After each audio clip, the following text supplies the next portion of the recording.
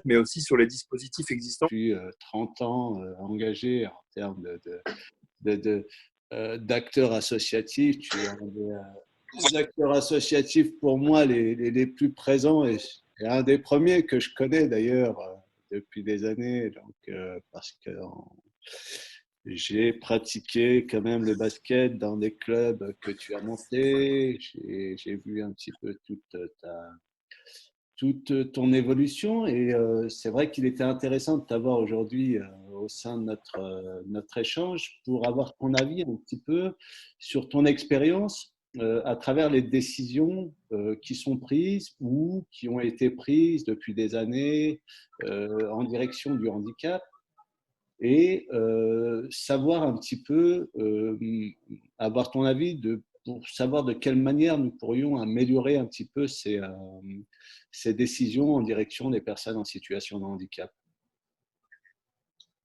Merci pour l'invitation. Désolé de ne pas avoir été présent avec vous dès le démarrage de votre réunion.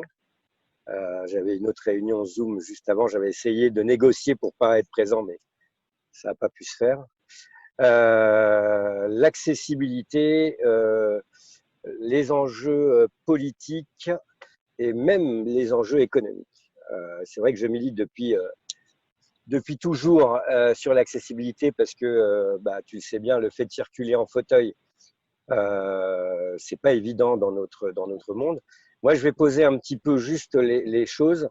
C'est que depuis des années, on a des lois sur l'accessibilité, mais avec la loi de 75, on a eu un petit souci, c'est qu'on a oublié de faire des décrets. Donc pendant 30 ans, on avait des lois qui incitaient à l'accessibilité, mais rien n'était fait à cause de ces décrets qui n'avaient pas été enclenchés. 2002, on arrive, on relance un petit peu la dynamique. 2005, la loi sur le handicap, avec ces fameux 10 ans pour d'ici 2015 mettre la France en accessibilité. Beaucoup de budget avait été mis au tout début pour que vous compreniez un petit peu l'historique de ce qui s'est passé. Énormément de budget en millions avait été mis. Mais comme en France, on a toujours des fois cette fâcheuse habitude de se dire bon, on a le temps, on va le faire plus tard. Et le plus tard est arrivé la crise de 2008. Et donc tous les budgets ont fondu comme un glaçon au soleil. Et on s'est retrouvé avec cette loi, cet engagement qui avait été pris par M. Chirac et toute la société civile. Et on était tous d'accord avec 100% des logements neufs accessibles, tous les nouveaux commerces, toutes les réhabilitations, tout ça. Et ça n'a pas pu se faire. Et ça n'a pas pu se faire parce que on a un grand problème, c'est que on pense accessibilité, on pense handicap. Et à partir du moment où on va penser accessibilité, on va penser handicap, alors cette société, notre civilisation ne va pas grandir. Parce qu'il faut penser accessibilité universelle. Il faut penser accessibilité pour tous, à tous les âges de la vie. Et des choses qui sont pensées en termes d'exception, comme le handicap. Alors, il n'y a pas plus naturel dans la communauté humaine d'avoir des personnes malades ou accidentées et que par notre force, notre talent, notre génie, on va réparer. Et là, on répare, on prolonge la vie, on donne les moyens d'avancer, mais sauf que on ne répare pas la société en même temps, on ne rend pas la société accessible. Et ça pose un problème parce que on fait exactement la même chose pour les anciens, on continue à prolonger la vie et on ne met pas en place toutes les infrastructures nécessaires qui permettent à nos anciens de pouvoir circuler.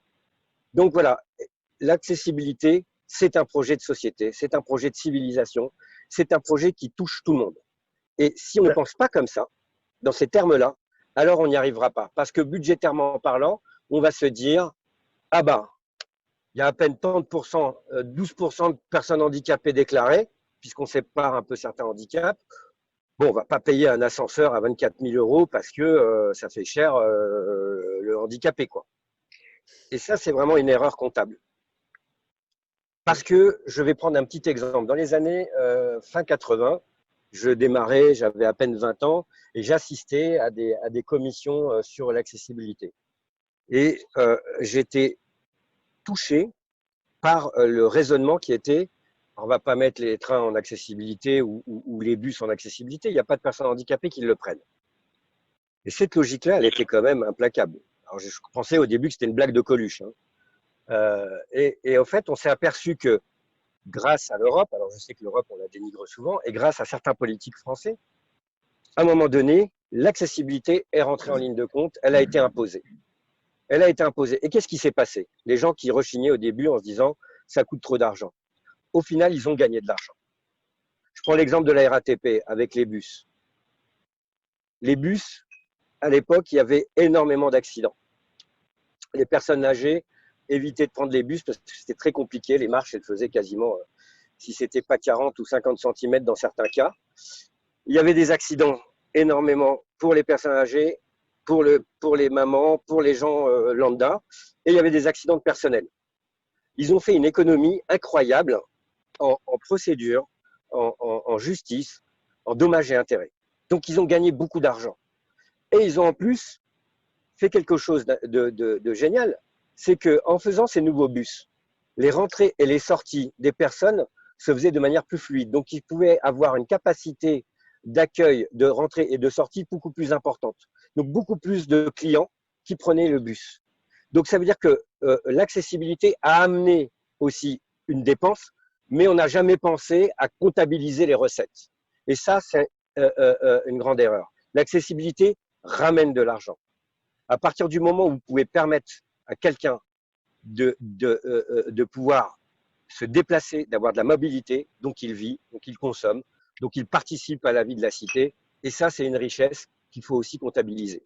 Il y a plusieurs choses dans ce que vous dites. Au final, c'est que finalement, on parlait de modèle économique tout à l'heure, et je pense que moi, je suis convaincu, alors étant déficient visuel, que l'accessibilité, il faut le voir comme un investissement sur le court, le moyen et le long terme.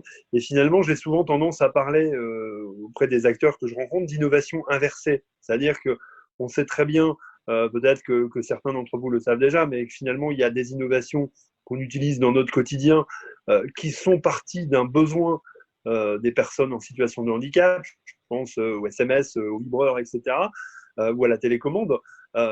Au final, est-ce que c'est pas ça qu'il faut mettre en avant plutôt que simplement le côté réglementaire?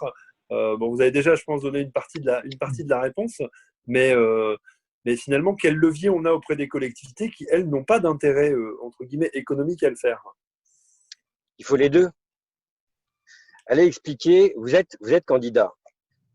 Je veux dire, les mamans avec les poussettes aujourd'hui, c'est une galère. Demain, en plus, on va commencer à faire ce qu'on appelle les nouvelles mobilités. Donc, le fait d'abaisser les trottoirs, le fait de pouvoir avoir des lieux de circulation. Quand vous êtes en activité, que vous êtes quelqu'un qui est, je sais pas moi, un commerçant, un entrepreneur, vous avez besoin des fois d'avoir vos valises, vos roulettes. Quand vous êtes un voyageur, quand vous avez des touristes qui viennent dans notre pays, ils ont besoin aussi de pouvoir circuler avec leurs valises. Les personnes âgées ont besoin de pouvoir aussi avoir une circulation qui les sécurise. Et donc demain, les personnes âgées pourront se mettre en scooter électrique alors qu'aujourd'hui, ils n'osent pas. Et d'ailleurs, même ils ne le font pas parce que la ville n'est pas accessible.